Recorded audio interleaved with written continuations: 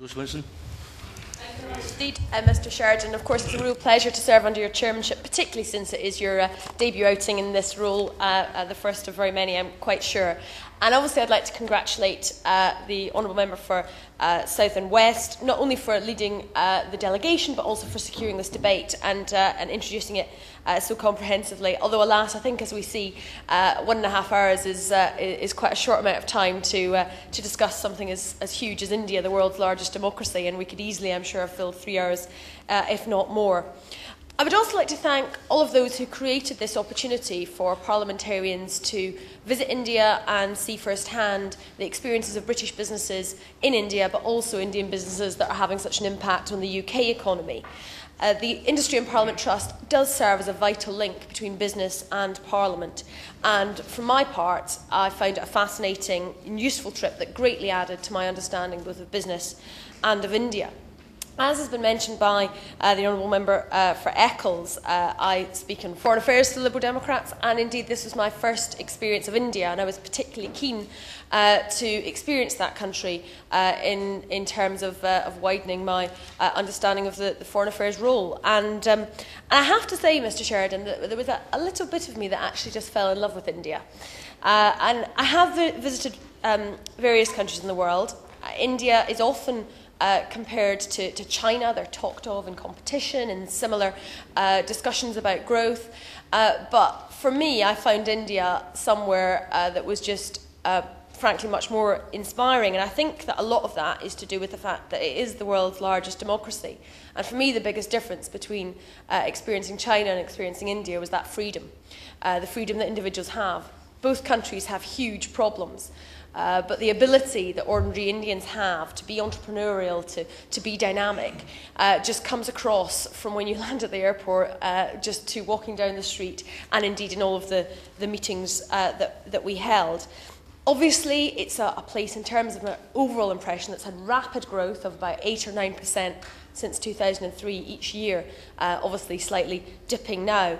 But wherever you go, it's a country of contrasts between rural isolation and urban sprawl, between lavish riches but also people who are just literally dirt poor, and between this economy that is driven by this vast array of young people in the population, but yet with such a huge respect for wisdom and old age.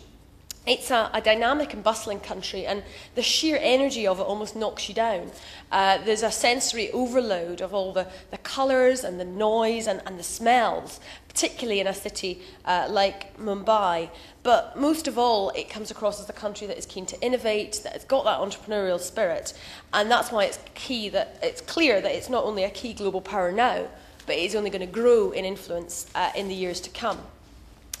I did want to share this morning, actually, what I thought was one of the most inspiring visits, which was when we went to see the Sheriff of Mumbai, Dr. Indu Shahani. She is a formidable woman, a forceful woman, a friendly woman, very positive and embracing, and indeed a very strong role model, I suspect, for other women within the city. And by profession, she is a teacher, so we met her at the college, and of course with 50% of the population under 25, then education is very vitally important within India's future development.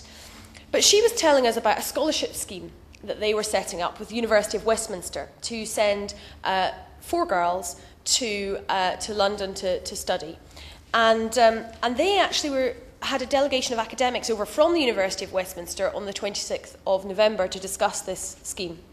And they were to meet the shortlist of 8 girls from whom the final 4 would be chosen. And they were near the Taj Hotel, and it was about 10 o'clock at night.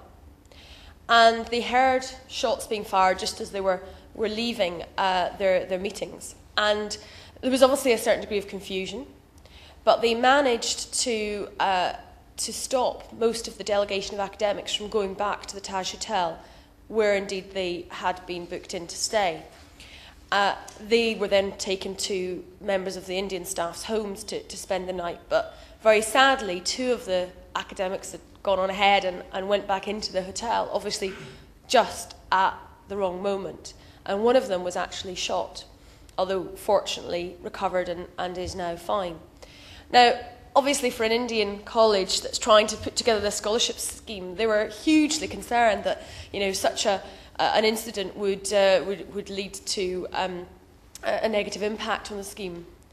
But in fact, and I think this is speaks wonders about the University of Westminster and made me feel quite proud to be British.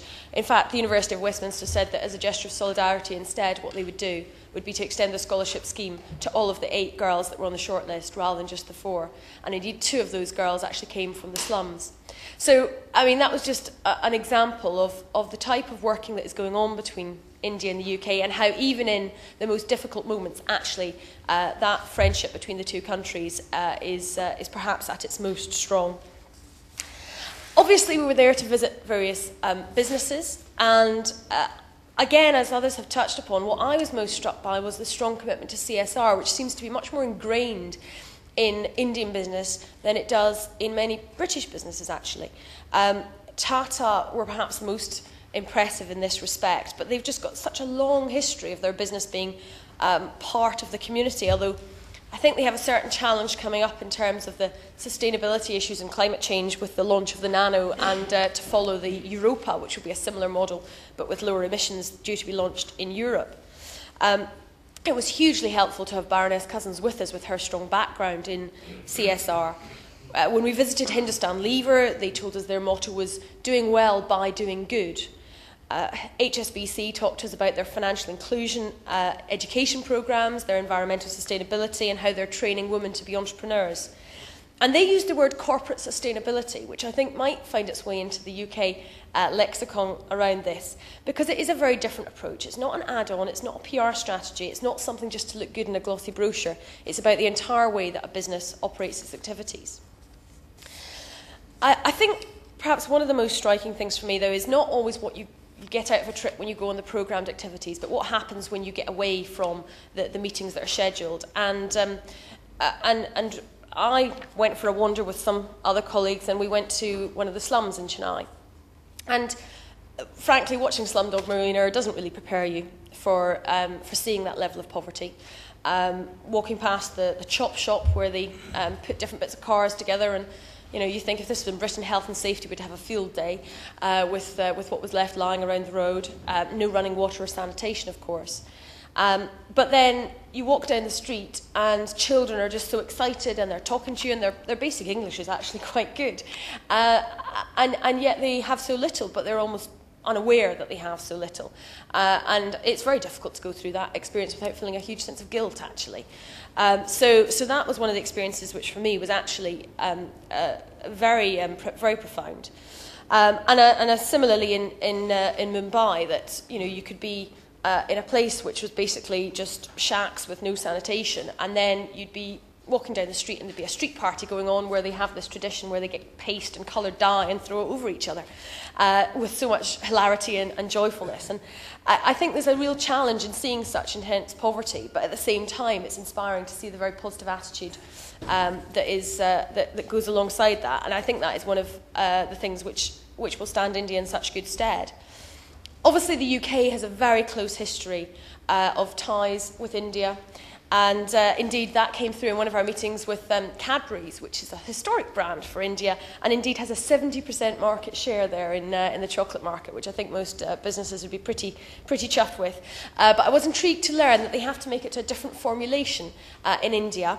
A different level of milk fat is provided, because there they have to have it so it doesn't melt until it's 35 degrees, where apparently in the UK, Cadbury's melts at 28 degrees. Interesting fact that's stuck in my brain. But obviously, the relationship between the UK and India is one that has been important, but will be important in the future. And we need to just, I think, guard against a complacency that because we have this long history, that we will always be very close, because there's an increasing close tie between the US and India as more and more young Indians go to study in US universities. And indeed, it's often the older Indians that have this very strong attachment to the UK. So history isn't enough. We need to encourage more Indians to come to study here.